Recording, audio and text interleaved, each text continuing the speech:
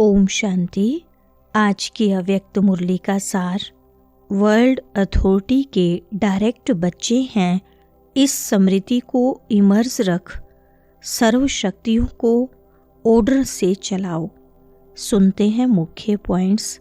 पहला है, अमृत वेले से लेकर साकार पालना वाले रतन और साथ में अलौकिक पालना वाले रतन दोनों के दिल के यादों की मालाएं बाप दादा के पास पहुंच गई हैं। सभी के दिल में एक ही स्नेह भरा गीत बज रहा है, मेरा बाबा। और बाप की दिल से यही गीत बज रहा है, मेरे मीठे मीठे बच्चे। यह स्मृति दिवस विशेष सभी बच्चों के प्रति समर्थ बनाने का दिवस है।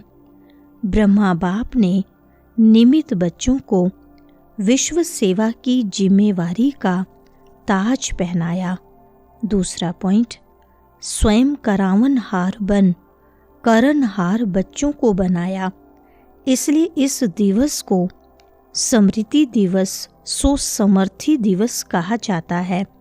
सिर्फ स्मृति नहीं, स्मृति के साथ साथ सर्व समर्थियां बच्चों को वरदान में प्राप्त हैं।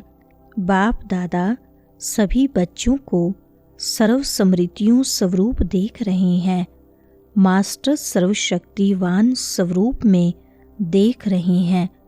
यह सर्व शक्तियाँ बाप द्वारा हर एक बच्चे को वरदान में मिली हुई हैं।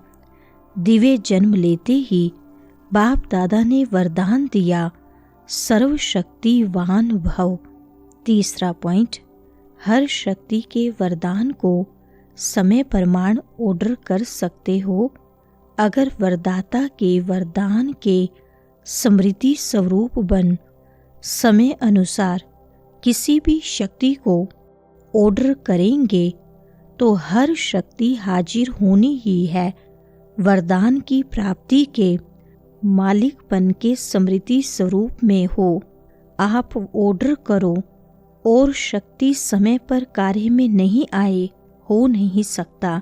चौथा पॉइंट, जब बच्चे कहते हैं कि बाबा हम आपको याद करते तो आप हाजिर हो जाते हो, हजूर हाजिर हो जाता है। जब हजूर हाजिर हो सकता तो शक्ति क्यों नहीं हाजिर होगी। सिर्फ विधि पूर्वक मालिकपन के अथॉरिटी से ऑर्डर करो। यह सर्व शक्तियाँ संगम युग की विशेष परमात्मा प्रॉपर्टी है, तो अधिकार से स्मृति स्वरूप की सीट से ऑर्डर करो। मेहनत क्यों करो, ऑर्डर करो। वर्ल्ड अथॉरिटी के डायरेक्ट बच्चे हो, यह स्मृति का नशा सदा इमर्ज रहे। पांचवा पॉइंट, आजकल के समय में तो अधिकार लेने के ही झगड़े हैं और आप सबको परमात्मा अधिकार, परमात्मा अथॉरिटी जन्म से ही प्राप्त है। तो अपने अधिकार की समर्थी में रहो, स्वयं भी समर्थ रहो और सर्व आत्माओं को भी समर्थी दिलाओ। सर्व आत्माएं इस समय समर्थी अर्थात शक्तियों की भिखारी हैं। आपके जड़ चित्रों के आगे मांगते रहते हैं, तो बाप कहते हैं, हे समर्थ आत्माएं, सर्व आत्माओं को शक्ति दो, समर्थी दो। छठा पॉइंट, यह व्यर्थ की लीकेज समर स्थिति को सदा काल की स्मृति बनाने नहीं देती। इसलिए वेस्ट को बेस्ट में चेंज करो, बचत की स्कीम बनाओ, परसेंटेज निकालो। सारे दिन में वेस्ट कितना हुआ, बेस्ट कितना हुआ। यह वेस्ट की आदत बहुत समय की आदत होने के कारण लास्ट घड़ी में धोखा दे देती है, नंबरवार बना देगी, नंबर 1 नहीं बनने देगी। जैसे ब्रह्मा बाप ने आदि में अपनी चेकिंग के कारण रोज रात को दरबार लगाई, ऑर्डर चलाया, हे मन मुख्य मंत्री, यह तुम्हारी चलन अच्छी नहीं, ऑर्डर में चलो। हे संस्कार, ऑर्डर में चलो। क्यों नीचे ऊपर हुआ, कारण बताओ, निवारण करो। 7वां पॉइंट, कई बच्चे बाप दादा से मीठी मीठी रूरिहान करते हैं, कहते हैं हमको अपने भविष्य का चित्र बताओ, हम क्या बनेंगे।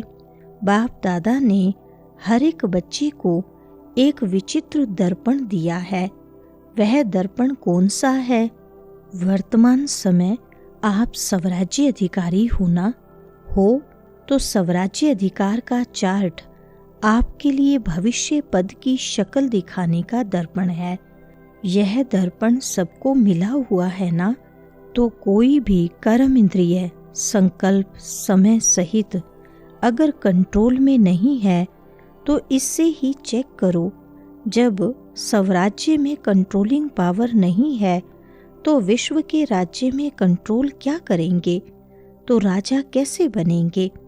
8वां पॉइंट, वहाँ तो सब एक्यूरेट है। कंट्रोलिंग पावर, रूलिंग पावर सब स्वतः ही संगम युग के पुरुषार्थ की प्रारब्ध के रूप में है। तो संगम युग अर्थात वर्तमान समय अगर कंट्रोलिंग पावर, रूलिंग पावर कम है तो पुरुषार्थ कम, तो प्रारब्ध क्या होगी? तो इस आईने में अपना फेस देखो, अपनी शक्ल देखो।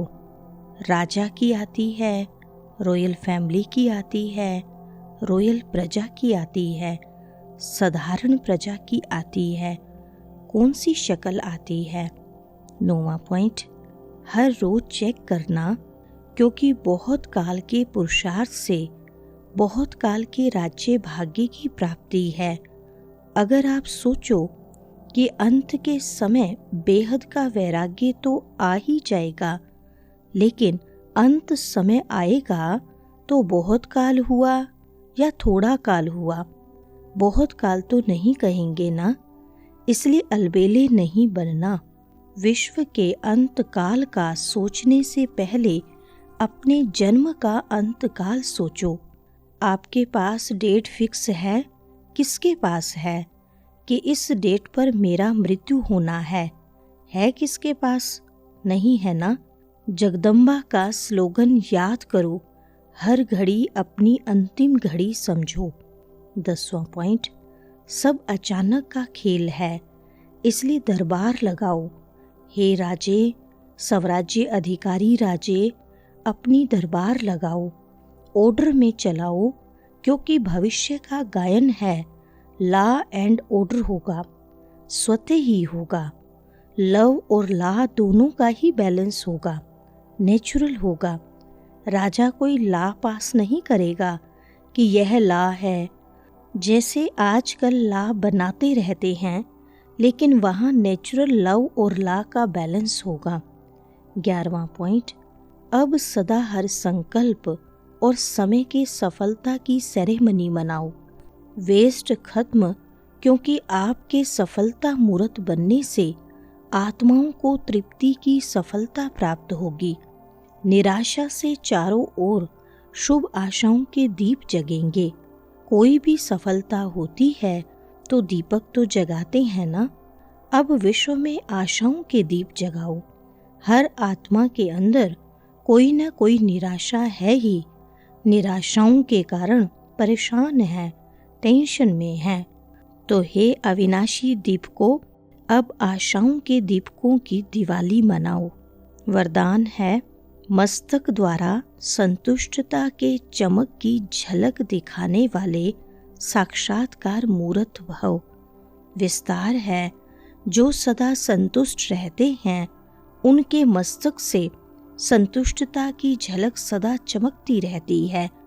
उन्हें कोई भी उदास आत्मा यदि देख लेती है तो वह भी खुश हो जाती है, उसकी उदासी मिट जाती है। जिनके पास संतुष्टता की खुशी का खजाना है, उनके पीछे स्वतः ही सब आकर्षित होते हैं। उनका खुशी का चेहरा चैतन्य बोर्ड बन जाता है, जो अनेक आत्माओं को बनाने वाले का परिचय देता है। तो ऐसी संतुष्ट रहने और सर्व को संतुष्ट करने वाली संतुष्ट मणियां बनो, जिससे अनेकों को साक्षात्कार हो। स्लोगन है, चोट लगाने वाले का काम है चोट लगाना और आपका काम है अपने को बचा लेना। अच्छा, ओम शांति।